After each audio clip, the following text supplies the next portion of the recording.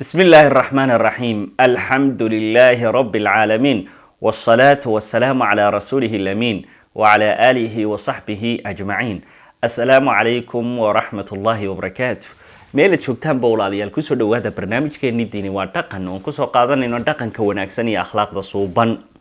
maanta waxaanu soo qaadan doonaa biidnillaah aftahanimada iyo codkarnimada iyo fasaaxada iyo balaaqada iyo hadalka sida loo odhan og yahay Soomaalidu waxay ku maahmaahdaa hadalna la kala odhan og ilaahna la kala baryi og waynu macnayn doonaa maahmaahda waxay Soomaalidu uga jeedo aftahnimadu waa shay aad iyo aad u wanaagsan oo qofka muslimka ah inuu daneeyo looga baahan yahay way rasuulku wuxuu yiri sallallahu alayhi wasallam isagoo ka warramaya aftahnimada iyo qofka oo hadalkiisu uu cad yahay inna lil bayani la sihr niman baa nabiga u yimi alayhi salaatu wasalaam nimankaas khudbadeeyay oo nabiga khudbad u jeediyay dabadeedna wuxuu dhahay rasuulku alayhi salaatu wasalaam nimankaas sida hadalka u cadeeyeen ee codkarka ay u leeyihiin aftahnimada u yihiin sixir baa ku jira hadalka bayaan kale hadalka la cadeeyay sixir baa ku jira buu rasuulku alayhi salaatu wasalaam Allah ilaahi subhanahu wa ta'ala jalla jalaluhu quraanka wuxuu nagu tilmaamay nabi Muuse iyo walaalkii Haaruun nabi Haaruun wuxuu ahaa nin markaa hadal wanaagsan sidoo kale codkar ah oo fasaxa ilaahay wuxuu quraanka ku sheegay nabi Muuse markuu ilaahay weydiisanayay in Haaruun laga yeelo nabi wa akhi Haaruun huwa afsahu minni lisana fa arsilhu ma'i rid an yusaddiquni wuxuu leeyahay walaalkii Haaruun ayaa aniga xagga carabka iga fasax badan oo iga maaragtay orah oo sida uu u dhigay oo cadeynayo isaga maaragtay igaga wanaagsan ee marka igu taageero rasuul ka dhigo nabi ka yeel subhanallah markale nabi Muuse ilaahay wuxuu weydiistay in carabkiisa mushkilada ku jirta ilaahay ka bixiyo oo uu ka dhiga carab fasaxa oo dadkoo dhan ay wada fahmayaan wahlul 'uqdatan min lisani yafqahu qawli marka carabkayga waxaad ka saartaa dhibaatada haysata dhibaatada marka culimadu waxay ku fasireen inuu nabi Muuse uu carab la'aa oo xuruufta qaar aanu kari jirin qaar baa waxay soo warinayaan riwaayado markii uu yaraa inuu dhuxul maaragtay carabka saaro dabadeedna arintaasi ay dhaawac ku keentay carabkiisa marka arinta xuruufta laftigeedii oo mesela xarafka ra'da oo kale dadka ay dhahaan lathqi bilayna ma way carab laayin xarafka ra'da oo kale baa ku adag marka wuxuu leeyahay ya rabbi waxaan ku weydiisanayaa inaad lathqiga ama carab la'aanta ku jirta afkayga aad ka bixiso oo aad iga yeesho mid aftahanaho codkaraho fasaxaho balaaqalaho dadka hadalkiisa gaadhsinaya oo yafqahu qawli dhamaan dadku dhan ay fahmayaan marka risaalada iyo diinta loo xambaarsan yahay wasiilada iyo qaabka uu gaadhsinayo waxa kowka ah sidoo qofkani wax u sheegayo ama nabiyada iyo rususha haato ama qofka kasto daaciyaha noqoto ama qof kasto wax sheegaya wasiilada ugu wanaagsan ee qofkaasi wax ku sheegaya dariiqa uu maro waxa kowka ah codkiisa iyo carabkiisa sida uu ugu hadlayo ee dadka uu wax u fahansiinay arinta marka Soomaalidu aad bay u danaysaa aad iyo aad ayay u danaysaa inuu qofku yahay qof hadalkiisu uu dadkoo dhan ay wada fahmayaan oo fasax waa la qiimeeyaa waliba dadkii Soomaalida inaga inaga horeeyay hadaynu taariikhda dib ugu noqono bulshadii Soomaaliyeed ee beriga hore noolaan jirtay qarniyo laba qarni ka hor mesela soo qaadana tusaale ahaan qarnigii 19aad qarnigii 19aad dadkii noolaa ma naqaanayno beeraleydeedii ma naqaano kuwii adiga raaci jiray ma naqaano kuwii marka salaadintii iyo cuqaashoodii intoodii badneed ma naqaano wadaadadoodii iyo kuwa diinta bara iyo quraanka iyo malcaamada iyo dugsi quraanka intooda badan ma naqaano mana garanayno laakiin hal qolo kaliya la yaqaana waa kuwii suugaanta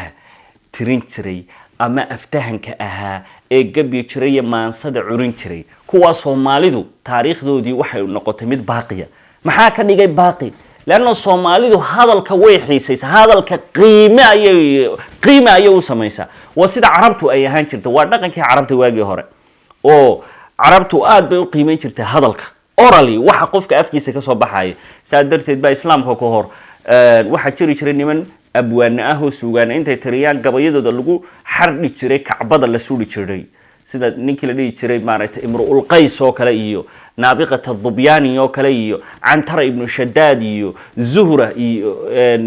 raggaasi waxa weeyaan gabayadoodu kacbaday ku dhejisnaan jireen. marka waxayna tusinaysaa Soomaalidu inay xagga dhaqan ahaan ay aad ugu dhow yihiin carabta oo ay aad u danayso xagga maaragtay aftahanimada. walidaalika ba xataa aftahanimadu waxay gashaa diinta oo wadaadka sida fasiixa ah diinta dadka ugu sheegaya dad badan ayaa dhageysta oo waa lagu qiimeeyaa. yani waxyaalaha lagu qiimeeyo qofka ayay ka mid siyaasiga lagu qiimeeyaa subxaan allah oo siyaasiga hadal yaqaanka ah iyo siyaasi xidhan oo afka ka xidhan isku si uma taqaana dadka Soomaalidu. marka Soomaalida agteeda qiime ayuu ka leeyahay aftahanimadu qiime ayay ka leedahay. diinta islaamkana qiimay ka leedahay waayo waa wasiilo iyo dariiqi loo raacay in risaalada iyo fariintan la xambaarsan in loo gudbiyo dadka kale oo la fahansiiyo. haddaynu tusaalayaal ka soo qaadano nabigeena calayhi salaatu wasalaam iyo saxaabadiisa iyo qaar ka mida bani aadamka kale aan dhowr tusaale soo qaadano. ninba waxa la yiri boqor buu ahaan jiray, boqor ayuu ahaa, dabadeedna wuu riyooday. riyada markaa wuxuu ku riyooday in ilkihiisa sare iyo kuwa hoosaba iyo macagowsa waxoo dhan ay ka soo daateen. dabadeedna wuxuu u yeedhay dadkii maaragtay riyada fasiri jiray iyo kuwii faalka rogi jiray iyo waxaasoo dhan buu yeedhay. wuxuu yidhi xalay waxaan ku riyooday ilkahoyga daatay ha lay fasiro. marka nimankaas fasirka yaqaana waa la garanayaa ilkuhu waxay inta badan matalan ghaaliban waa ehelka iyo qaraabada. marka hadday ilkii ka wada daateen yani waxa weeye riyada fasirkeedu ehelkiisa wada dhimanaya. marka nin baa u yimi wuxuu ku yidhi boqorow riyadaadu waxay sheegaysaa in ehelkaagu uu wada dhimanayo midhba ka hadhayn. wuxuu yidhi war maaniga ehelkaygu dhimanaya qoortu ka goyo wuu dilay kii. nin kalaa markaa u yimid oo fasiraya nin kaloo riyada fasira igu yeedhay buu yidhi. dabadeedna ninkii kalaa yimi laakiin ninkani wuxuu ahaa nin aftahan oo balaaye ah. riyadii sidii uu fasiray ninkii ka horreeyay buu horta u fasiray laakiin kelmado kaliya erayo kale u adeegsaday. wuxuu yidhi dhegeyso boqorow alla cimri dheerida buu yidhi cimrigaaga wax qof kaa cimri dheer maba arkinba ehelkaaga iyo qaraabadaada iyo qoyskaaga adaa ugu cimri dheer. xeer baa la gaari doonaa waxa laala wixii qaraabadaada ahaayoo dhan ay dhulka ka hooseeyaan ad adigu baaqi tahay. yani bal adu farqiga u dhaxeeya labadaas nin waxay ku fasireen fasirkooda wax farqiga u dhaxeeya ma jira. mid walba wuxuu sheegay in ehelkiisa iyo qaraabadiisu dhimanayso boqorka laakiinse adeega siduu adeegsaday kelmadihii siduu adeegsaday ba cajaayiba. ninkii boqorka ahaa jaa-isooyin iyo hadiyaduu siiyay ninkii sidaa u fasiray. marka hadalku qiimo ayuu leeyahay. waxaa kaloo ka mid a tusaaleyaal soo qaadan karnaa saxaabiga loo yaqaan Ribci ibn Aamir ilaahay raalliha ka ahaade wuxuu ku faaniyay inuu yahay nin baliiqa oo balaaqale oo fasaaxa ku hadlaya. sida awgeed markuu u tagay ninkii la dhihi jiray boqorkii Rustum ee boqorkii Farisiyiinta maryo fiican muusidan dhar qurux badan ba muusidan waran yar buu iska sitaayo barkimooyinkoodii ay ku fadhiyeen buu ka taagayba. dabadeedna boqorkii baa weydiiyay wuxuu war maxaad naga soo doontay maxaad naga rabtaa. wuxuu yidhi waxa naloo soo diray in aan ka bixino linukhrija alcibaada min cibaadati alcibaadi ilaa cibaadati rabbi alcibaad. waxa naloo soo bixiyey inaan addoommada aad addoonsataan addoonnimada ka bixino oo aan u soo saarno inay addoommo u noqdaan rabbiga addoommada. bal aduu hadda ka hadalkaa qiimee cajaayibkiisa. waxaa kaloo naloo soo bixiyey oo aan u soo baxnay inaan dadka ka saarno dulliga oo aan u soo saarno ciza alislaam sharafta iyo ciziga islaamnimada iyo inaan ka bixino jawri aladyaani ilaa cadli alislaam dulmiga diimaha kale oo aan u soo bixino cadaaladda islaamka. ya salaam ya salaam hadal cajiib oo la yaab leh. dabadeedna waxay dhaheen kuwii boqorka agtiisa fadhiyay dee xawaashidii iyo wasiiradii waxay dhaheen boqorow maxaad kala sheekaysanaysaa ninkan maryaha xunxun ee jeexjeexan daldaloolo wata. wuxuu waryaadheen ninka hadalkiisa dhadhamiya. carabtu ma danayso dharka quruxda badan iyo waxa ma daneeyeen waxay daneeyeen hadalka iyo oraahda ayay daneeyeen. ninku bal hadalku ku hadla eeg oo miisaan subhanallah la ilaha illa allah. ninkii la dhihi jiray isagana Najaash boqorkii xabashida xilliga ka talin jiray ilaahay raalliha ka ahade waa tii saxaabadii rasuulku ay u hijroodeen ee Jacfar uu hogaaminayay kooxdii maaragtay muslimiinta ah waxay gaaladii Quraysheed xilligaas soo direen laba nin oo maaragtay fariida ah oo Amr ibn al-As baa kamid ahaa Ilaahay raale ka ahaade oo xilliga isagu gaal ahaa nin fariida buu ahay markiiba wuxuu ogaaday sidee bad dhalinyaradaas ka qaxay wadankoodii ee ka cararay ee xabashida tagay sidaad gacanta ugu dhigitaa oo aad ugu soo celisaa ehelkoodii uu fakaro wuxuu weynaan boqorkan marka hore horta hadiyadu keeyaa hadiyadu soo qaaday marka uu dadkiiba wareystay waxa la yiri wuxuu u jecel yahay haraga marka harag badan buu soo qaaday markuu dhulka xabashida yimi haragii wuxuu ku qaybiyay wasiiradii iyo wadaadadoodii ayuu mid walba hadiyadu dhiibay markaas wuxuu yiri dhalinyaradan idin timi kow annaga idinka naqaano qoomkoodii ah oo qabiilkoodii waa annaga idinka naqaano diinteedina way ka baxeen tiinina may gelin tula yaqaano kalena may gelin bidca iyo wax cusub oo aan la aqoonin way la yimaadeen waxa weeyaan dhalinyaradaas aan u nimid inaad noo soo celisaan oo ehelkoodii iyo aabayaashoodii iyo walaaladood baa raadinay markan boqorka u tagana waxa tidhaahdaan boqor uu celi nimankii uu wada laaluushay wasiiradii boqorkii buu tago wuxuu yiri intuu hadiyadii boqorka ugu tala galay hor dhigay ayuu boqorkiina qaabilay oo qaatay hadiyadii markaasoo hadlay wuxuu yiri boqorow wadankaaga waxa soo galay dhalinyaro naga soo baxsatay anaga oo diintoodiina bedeshay diintiina idinku aad haysataan aan soo galin qoomkooda idinka aqoon badan aabayaashoodii iyo walaaladoodii ehelkoodii baa noo soo diray noo soo celi boqorow boqorku nin maskax badan buu wuxuu yiri bal marka hore nimanka ummadda oo dhan adduunka waxa boqorka ka jira dawladda ka jira aniga iga doortay marka hore aan waraysto waa loo yeeray marka xilligan waxa ku badbaadin kara aftahnima ku badbaadin karta wasiilada aad u mari karto in lagu badbaadiyo ama hadalkaagu uu dadku ay wada fahmaan waa qofkeeba talow ugu xikmad badan qofkeeba ugu codkarnimo badan ha Jaafar bees ka soo xuleen markaa saxaabadii oo ahaa nin aftahana